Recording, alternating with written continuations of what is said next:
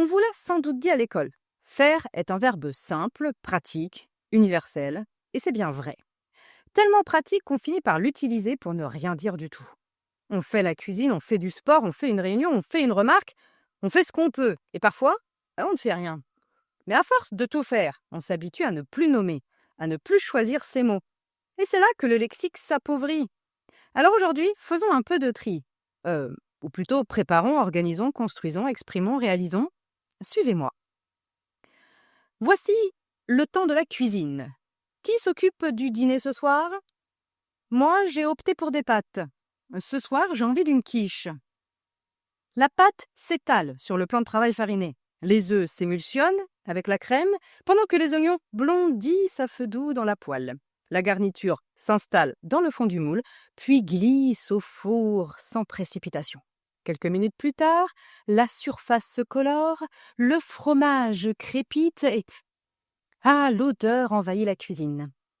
Sur la table, les assiettes attendent, le couteau découpe, les parts se déposent une à une.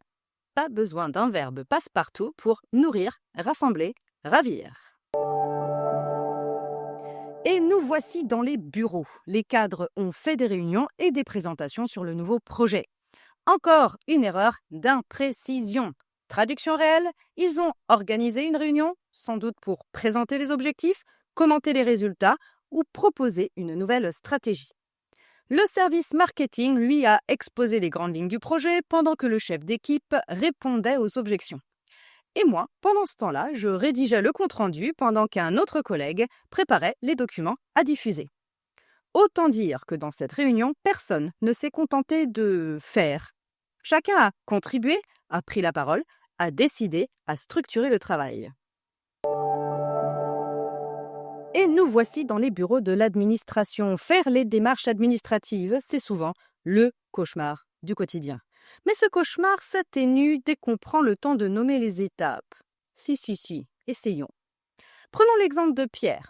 Il remplit un formulaire, scanne ses pièces justificatives, téléverse sa preuve de domicile, puis soumet sa demande via la plateforme. En retour, un mail automatique confirme que sa demande a été enregistrée. Tout est clair, séquencé, identifiable. Rien à voir avec ce flou qu'on appelle faire les démarches. Le langage administratif exige de la précision. Effectuer une procédure, relancer un service, attendre une validation. Et parfois, attendre. Encore. Et encore. Ah, les démarches administratives. Le royaume du flou. Ou peut-être, justement, du non-faire bien nommé. Et en technique ou en informatique alors? Le technicien a fait une réparation rapide. J'ai fait la mise à jour du système ce matin. Des phrases comme celle-là, trop vagues. Derrière faire une réparation, on trouve en réalité diagnostiquer une panne, remplacer un composant, griller, réinitialiser le système, reconfigurer le boîtier et faire une mise à jour alors. Cela implique souvent de télécharger le correctif, installer une nouvelle version, tester la compatibilité. Quand on dit faire une réparation, on masque l'enchaînement des gestes techniques, la logique déployée, la compétence mobilisée. Et dans un rapport d'incident, mieux vaut être précis. Le module X a été remplacé, la version 2.3.1 est installée avec succès, les tests de redémarrage validés. Là, tout le monde comprend ce qui a été réalisé, pas seulement ce qui a été fait. Et dans les relations humaines alors? Elle m'a fait un compliment, il m'a fait une remarque désagréable, je lui ai fait comprendre que ce n'était pas possible. Effectivement, pas possible. Ici, faire sert à enrober l'intention. Mais on peut aussi dire « Elle m'a félicité pour mon travail. Il m'a reproché mon retard.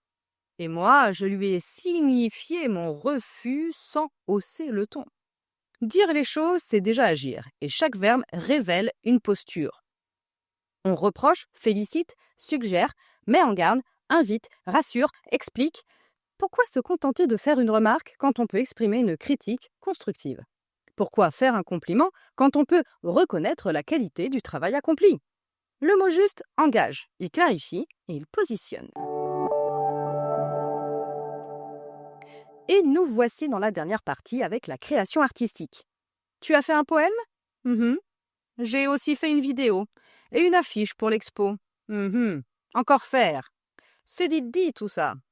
Un poème se compose, se peaufine, s'élague. Une vidéo se tourne, se monte, s'ajuste. Une affiche se conçoit, s'imagine, s'imprime. Créer, ce n'est pas empiler des actions, c'est choisir, ordonner, revenir, douter, associer, trancher. Dire, faire un poème, c'est oublier les silences, les reprises, les hésitations, les gestes invisibles. C'est oublier que toute création est élaboration, engagement, vision. Alors, conclusion de ce ménage linguistique, faire, c'est le joker du langage. Mais à force d'en abuser, on finit par jouer sans règles, sans nuances et sans enjeu. Alors ça passe, mais à l'écrit, au travail, en société, c'est souvent une occasion manquée de dire mieux. Alors, si vous sentez le mot faire venir, posez-vous la question. Quelle est l'action réelle? Quel mot pourrait mieux la refléter? Et si vous ne trouvez pas tout de suite, ce n'est pas grave. Nommer, c'est déjà penser.